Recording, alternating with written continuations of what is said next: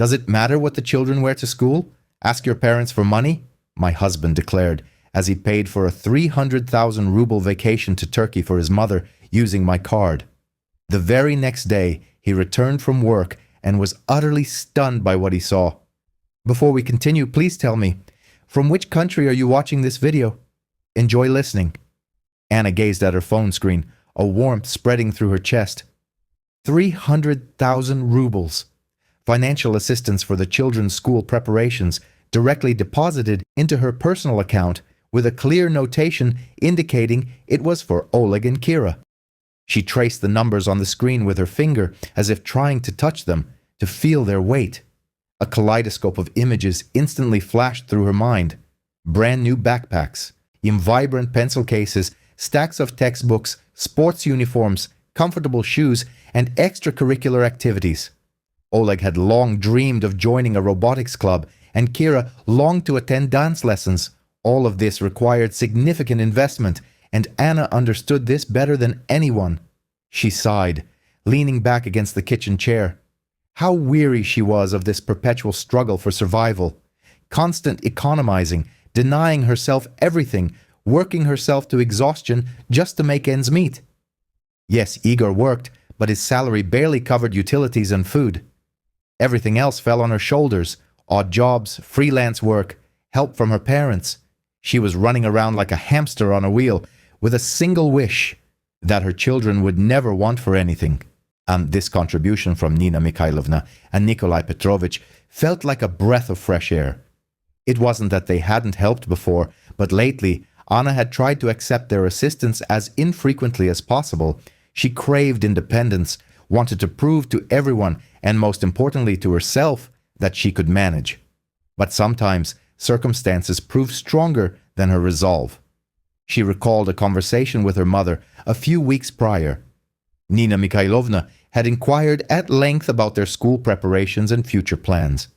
Anna reluctantly spoke of her difficulties, attempting to avoid complaining, but a mother's intuition is not easily deceived. Nina Mikhailovna understood everything and offered her support. "My dear," she had said then, "I see how hard it is for you. Don't refuse our help. We want our grandchildren to have everything. It's for them, you understand?" Anna had remained silent for a long time, holding back tears. She felt ashamed that she couldn't provide her children with a decent future, yet, at the same time, she felt immense gratitude towards her parents for their love and unwavering support. Now, looking at the money in her account, she experienced a mix of emotions: joy, relief, gratitude, and a faint pang of guilt. Guilt for not being able to manage on her own. She opened her notebook and began compiling a list of necessary purchases: uniforms, 2 sets for each child, ensuring a clean one was always available, shoes, indoor shoes, sports footwear, autumn boots, stationery, notebooks, pens, pencils, paints, sketch pads. The list grew with every passing minute. Then she added the cost of extracurricular activities. Robotics for Oleg. It was his passion.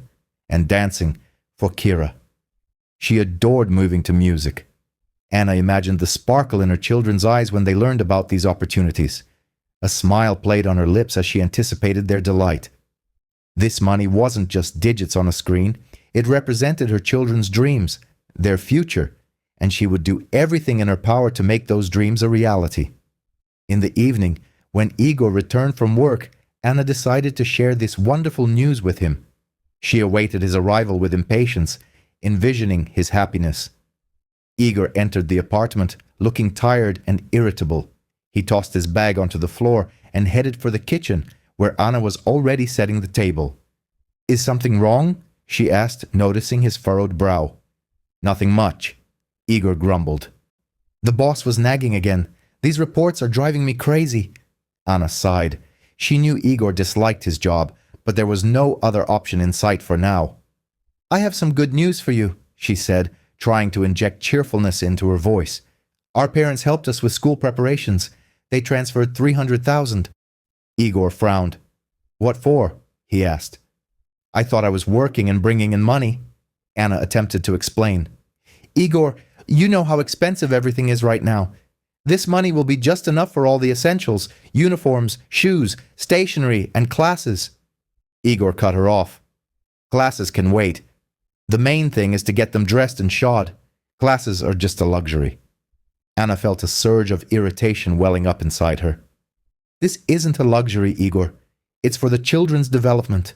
Oleg dreams of robotics, Kira, of dancing. Well, they can dream and then stop, Igor dismissed. There's no need to spoil the children. Anna struggled to suppress her anger. I am not cancelling anything, she stated firmly. This money is for the children, and I will decide how it's spent. Igor looked at her defiantly. And perhaps I know better how to spend money? He inquired. Anna stared at him in silence, unable to believe her ears. Could he possibly be serious? Did he truly not understand how difficult things were for her? This is my parents' money, Igor, she said softly. They gave it specifically for the children, and I won't let you spend it on anything else. Igor shrugged. We'll see, he said, turning away. She finished her dinner in silence, trying not to look at Igor. Her mind raced with thoughts of upcoming purchases in the children's classes and the new life she so desperately wished to create for them. Anna felt a slight prickle of unease as she pulled her phone from her pocket. An unknown number. Usually, she only received calls from work or Oleg's school. She answered, propping the phone against her shoulder with her ear while rummaging through her bag for her apartment keys. It was the bank. An automated voice politely informed her that the entire sum of 300,000 rubles had just been transferred from her account. Anna froze at the doorstep, as if doused with ice water. What sum? What transfer?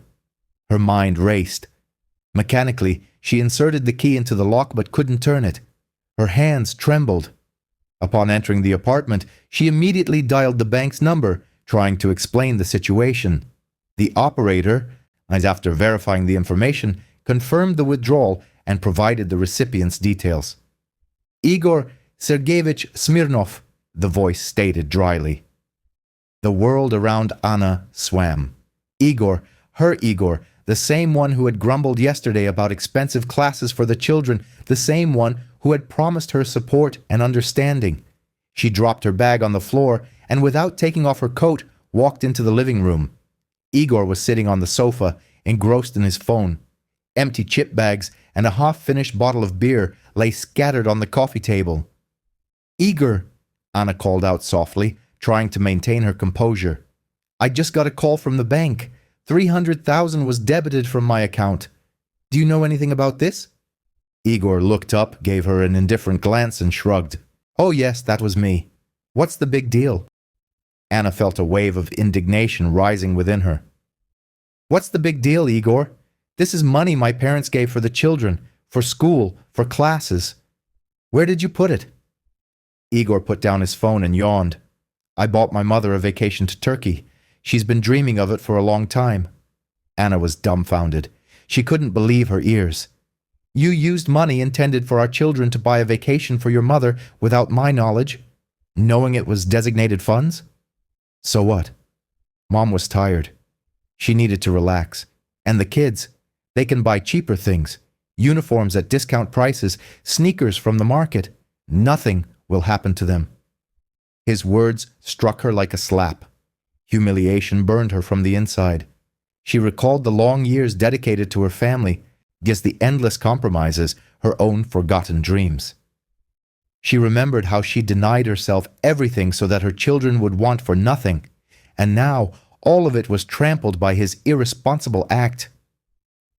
Where did you get my card number? Anna asked, trying to speak calmly, though her insides seethed. You know, I sometimes use your phone when mine is dead.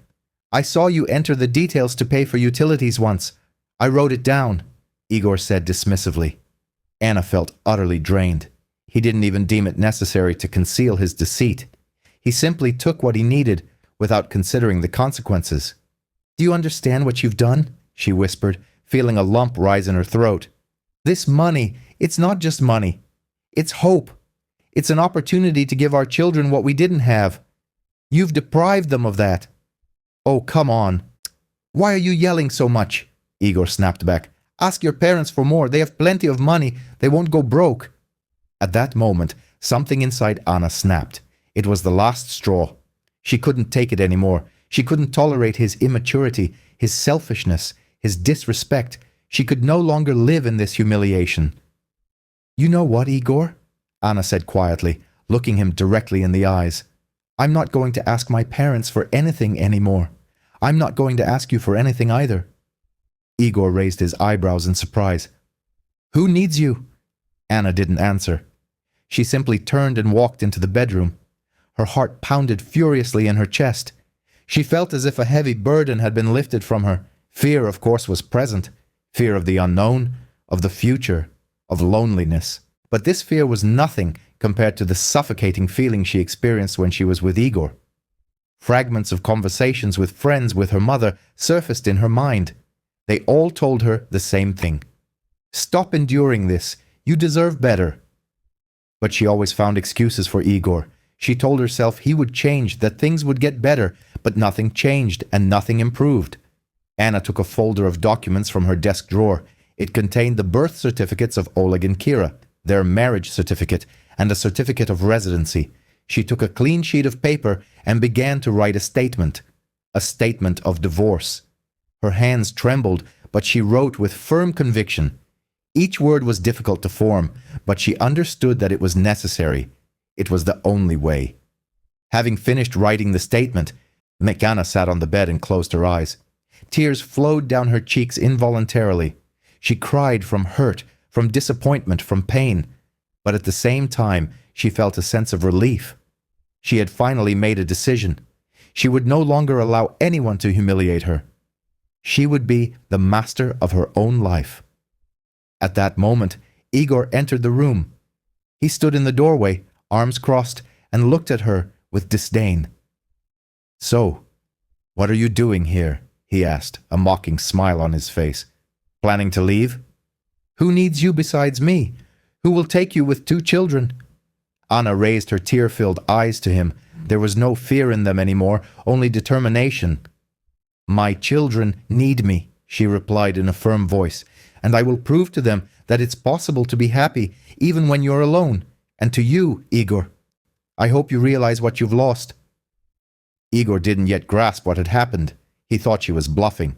He was accustomed to Anna always forgiving him, but this time it was different. In the evening, Igor returned home, anticipating the familiar scent of freshly brewed coffee and the quiet murmur of children preparing for school. Instead, he was met with a deafening silence. The apartment felt empty and alien, like a stage set for a play where he had forgotten his lines.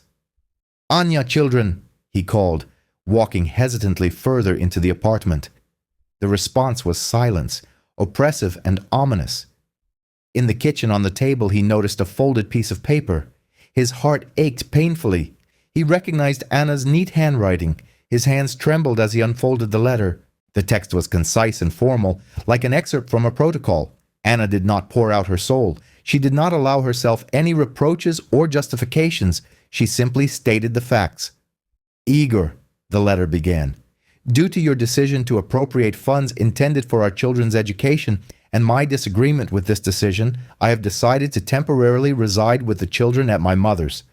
On the table, you will find copies of documents confirming the designated purpose of the transferred funds, as well as a bank statement. A lawyer has prepared an official demand for the return of the specified sum within 5 days. Otherwise, we will be forced to seek legal action." Igor put down the letter and snatched up other papers. Copies of bank documents confirming the transfer from Nina Mikhailovna with a notation for the children. A bank statement showing the withdrawal of the entire amount, and finally, the most terrifying notification of intent to file for divorce and a petition for temporary child custody. He felt the ground disappear from beneath his feet. Divorce. Anna had truly decided to go through with it. He had always considered her too soft, too dependent to take such a step. He was mistaken. Panic engulfed him. He tried to call Anna, but her phone was turned off. He called again and again, but only heard a monotonous, "The subscriber is temporarily unavailable." In despair, he dialed Svetlana Ivanovna's number. "Mom, something's happened. Anya left," he mumbled, trying to hide the tremor in his voice. "What do you mean, left? Where?" Svetlana Ivanovna shrieked. Igor briefly recounted the situation, trying to downplay his role in what had occurred. He omitted the money spent on the vacation, presenting everything as Anna's sudden whim. "She's just hysterical," Svetlana Ivanovna fumed. "Don't pay attention to her. She'll come back on her own. Where will she go with 2 children? Without you, she's nothing." But Igor felt that this time it was serious. In Anna's voice, when she spoke of divorce, there was no hesitation, no doubt, only steel. Svetlana Ivanovna continued to hurl a torrent of abuse at Anna, accusing her of ingratitude and greed. Igor listened in a daze, sinking into a mire of despair. He understood he had made a foolish mistake, but admitting it, even to himself, was beyond his capacity. "Listen, Mom, I can't deal with this right now," he interrupted her finally. "I need to figure out what to do next." "What to do?" "Get her back," Svetlana Ivanovna insisted. "Are you a man or what? Show her who's the boss." Igor switched off his phone and sank into a chair. The boss? Yes, he had always considered himself the master of this house, but now he was alone in an empty apartment, without his wife, without his children, and with the prospect of legal proceedings. Anna sat in a small room in her mother, Nina Mikhailovna's apartment. The children, Oleg and Kira, were engrossed in play on the carpet, unaware of the storm that had erupted in their parents' lives. Anna watched them, her heart filled with both pain and hope. She felt guilty towards them for disrupting their familiar world, but she understood she had no other choice. Nina Mikhailovna entered the room with 2 cups of tea. "How are you, my dear?" she asked, sitting beside Anna. "Fine." "Mom," Anna replied, trying to smile. "Everything will be all right." Nina Mikhailovna took her hand. "I know it's difficult for you right now," she said, "but you are strong. You will manage. We will all help you." Anna felt a lump rise in her throat. She hugged her mother, and tears involuntarily streamed down her cheeks. "Thank you, Mom," she whispered. "Thank you for everything." That same day, Anna met with her lawyer, Olga. Olga was a young, energetic woman who instilled confidence and hope in Anna. "So, Anna," Olga said, "we will file a claim for the recovery of funds improperly spent by Igor. We will also file for divorce and determine the father's visitation schedule." "Do you have any specific requests?" "I want the children to have contact with their father," Anna replied, "but only in my presence or in the presence of my mother. I don't trust him." "Understood," Olga said.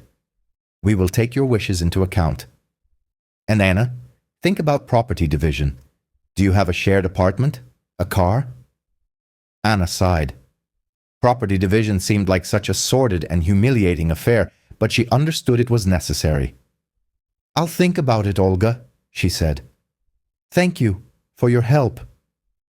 In the evening, after the children had gone to sleep, Anna sat in the kitchen, drinking tea.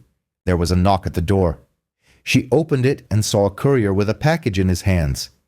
"For Igor," the courier said, handing her the package. Anna took the package and closed the door. The package was labeled, "Statement of Claim." She knew this was the beginning of a new chapter in her life, a chapter where she herself would write her own story.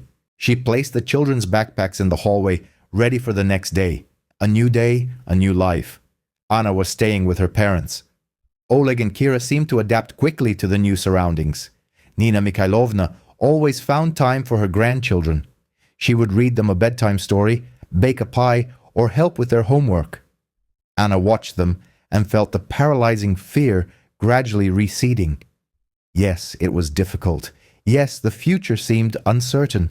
But her children were with her, and for them, it was worth living and fighting. She sat at the kitchen table reviewing the documents sent by her lawyer. Divorce, property division, determining the father's visitation schedule. It all seemed complicated and daunting, but Anna understood it was necessary, the only way to break free from the vicious cycle of dependence and humiliation. That she signed all the necessary documents and sent them back to Olga. Afterward, she felt a little lighter, as if she had taken another step towards freedom. Meanwhile, Igor received a summons to court. He sat in his apartment alone, surrounded by things that no longer brought him joy. The apartment felt empty and cold without Anna and the children.